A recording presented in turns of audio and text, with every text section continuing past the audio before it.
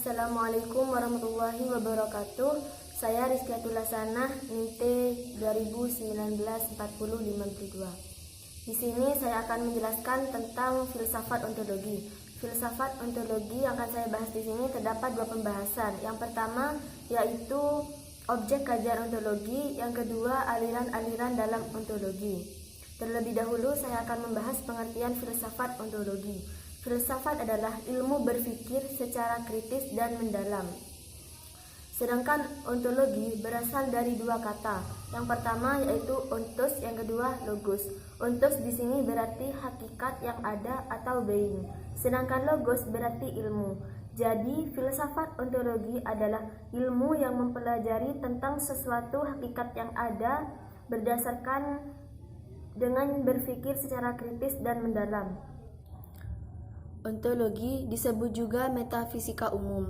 Istilah metafisika berasal dari bahasa Yunani, yaitu metafisika, yang berarti sesudah fisika. Istilah metafisika merupakan judul yang diberikan oleh Aristoteles terhadap bukunya yang ditulis sendiri. Kata metafisika saat ini mempunyai banyak arti. Metafisika bisa berarti upaya untuk mengklasifikasikan eksistensi, keberadaan, atau realitas kenyataan sebagai dari suatu keseluruhan. Akan tetapi, secara umum metafisika dapat diartikan bahwa metafisika adalah suatu pembahasan filsafat mengenai seluruh realitas atau tentang segala sesuatu yang ada atau being. Metafisika umum atau ontologi juga membahas tentang segala sesuatu yang ada, yang bersifat menyeluruh, dan sekaligus pembahasan ini dilakukan dengan tujuan untuk memisahkan dan membedakan eksistensi itu sendiri. Ontologi bisa juga diartikan sebagai teori hakikat yang mempertanyakan setiap eksistensi, yaitu atau disebut juga dengan keberadaan. Secara ontologis, manusia memiliki kreativitas yang bertugas untuk mencermati dirinya sendiri sebagai hamba Tuhan dan pemimpin di muka bumi, tentang hakikat kehidupannya yang tiba-tiba hadir di muka bumi. Kemudian manusia diberi akal untuk mengkaji, menganalisis, dan menggali apa yang dilihat dan disaksikannya. Karakter manusia yang seperti inilah yang tidak pernah merasa puas terhadap apa yang dilihat dan dialaminya, yang kemudian merangsang akalnya untuk merenungi dan menghayati sedalam mungkin sesuatu yang nyata tetapi ada, dan sesuatu yang nyata tetapi tidak nyata atau tidak nampak. Dari sinilah yang kemudian lahirlah cara pandang tentang cara berpikir filosofi mengenai hakikat sesuatu, yang mana hal itu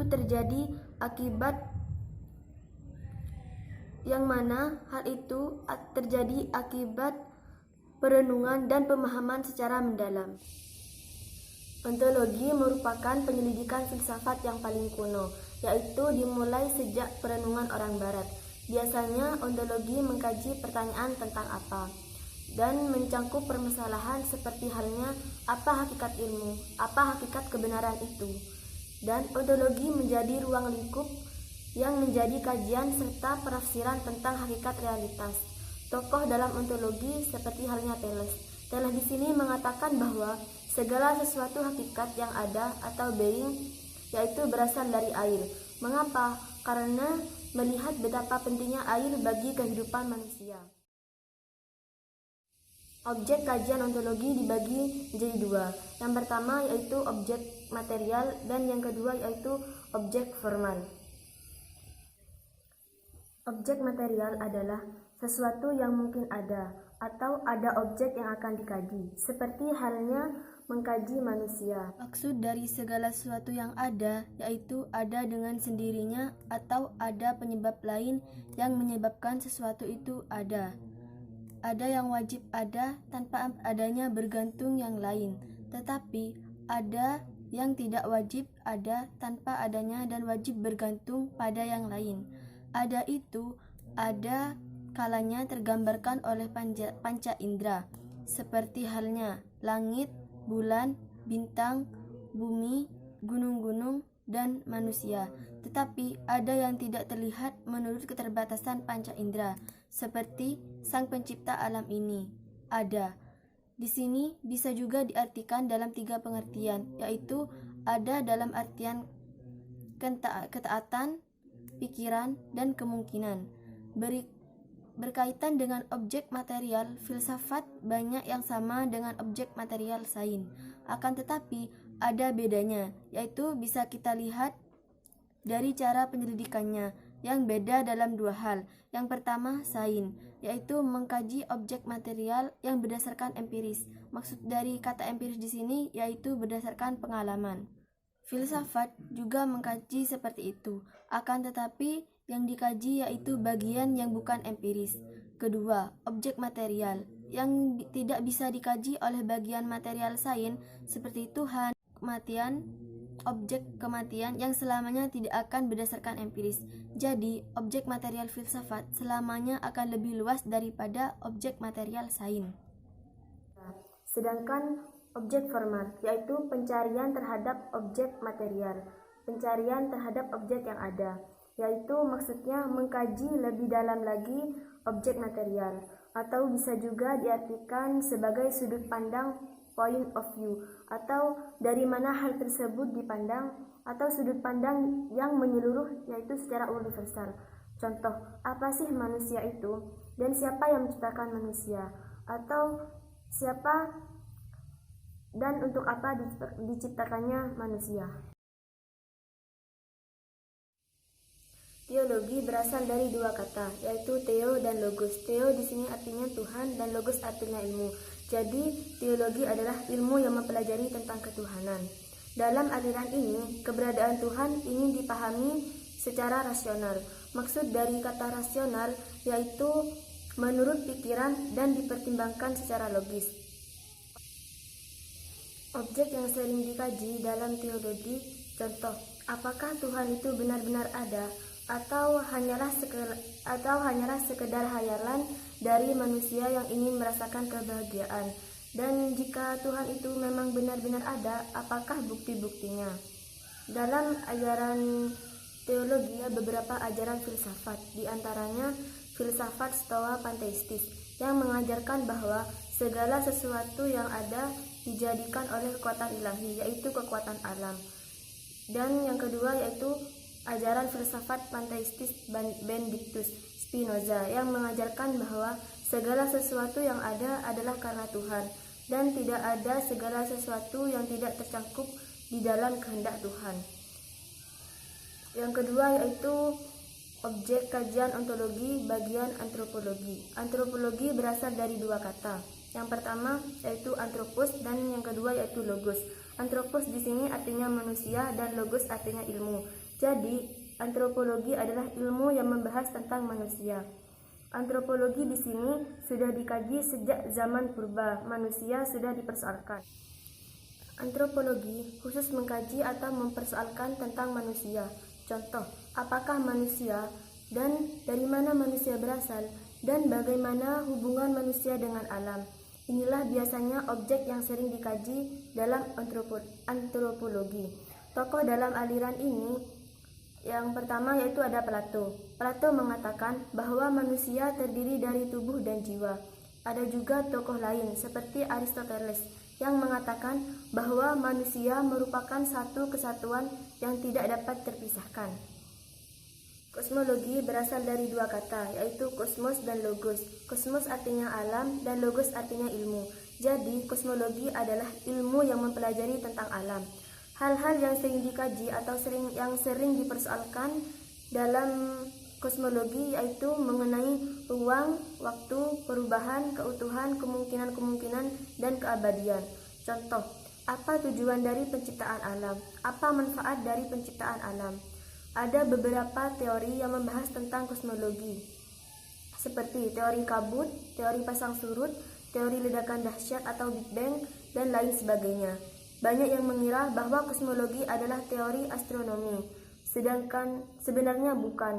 Astronomi adalah ilmu yang mengkaji tentang alam, tetapi bagian sains, sedangkan kosmologi adalah di bagian filsafat. Yang kedua yaitu aliran-aliran ontologi. Yang pertama ada aliran monoisme. Aliran monoisme yaitu aliran yang berpendapat bahwa yang ada itu hanya satu, jadi tidak mungkin ada dua. Maka dari itu harus ada satu hakikat saja untuk dijadikan sebagai sumber yang asal, baik berupa materi maupun berupa rohani. Plotinus, seorang filsuf Muslim, Al-Farabi, dan Ibnu Sina juga berpendapat bahwa segala ketentuan dari Maha Satu yaitu Allah Subhanahu wa Ta'ala. Yang kedua yaitu materialisme. Sesuai dengan namanya, yaitu materialisme beranggapan bahwa sumber yang asal itu adalah materi, bukan rohani. Materialisme menolak hal-hal yang tidak kelihatan. Bagi aliran ini, ada itu sesungguhnya yaitu adalah yang keberadaannya bersifat material atau bergantung pada materi itu sendiri. Dalam aliran ini ada beberapa perbedaan pendapat. Yang seperti Thales di sini mengatakan bahwa unsur asal itu adalah air karena begitu pentingnya air bagi kehidupan manusia. Yang kedua yaitu Anaximander. Anaximander mengatakan bahwa unsur asal itu adalah udara karena udara merupakan sumber dari segala kehidupan. Yang ketiga yaitu idealisme. Idealisme berpendapat bahwa hakikat sesuatu adalah ide, yaitu jiwa, ruh, spirit, dan materi pada hakikatnya itu tidak ada. Teori ini juga mengajarkan bahwa hakikat yang sesungguhnya yaitu ketika kita berada dalam dunia ide. Segala sesuatu yang tempat dan berwujud nyata dalam indera indrawi hanya merupakan gambaran atau bayangan dari sesungguhnya yang berada di dunia ide. Dengan kata lain, realitas yang sesungguhnya bukanlah yang tampak, melainkan yang tidak nampak. Tokoh dalam aliran ini saya contohkan yaitu Plato. Plato di sini mengatakan bahwa setiap yang ada di alam ini pasti ada idenya, yaitu berupa konsep.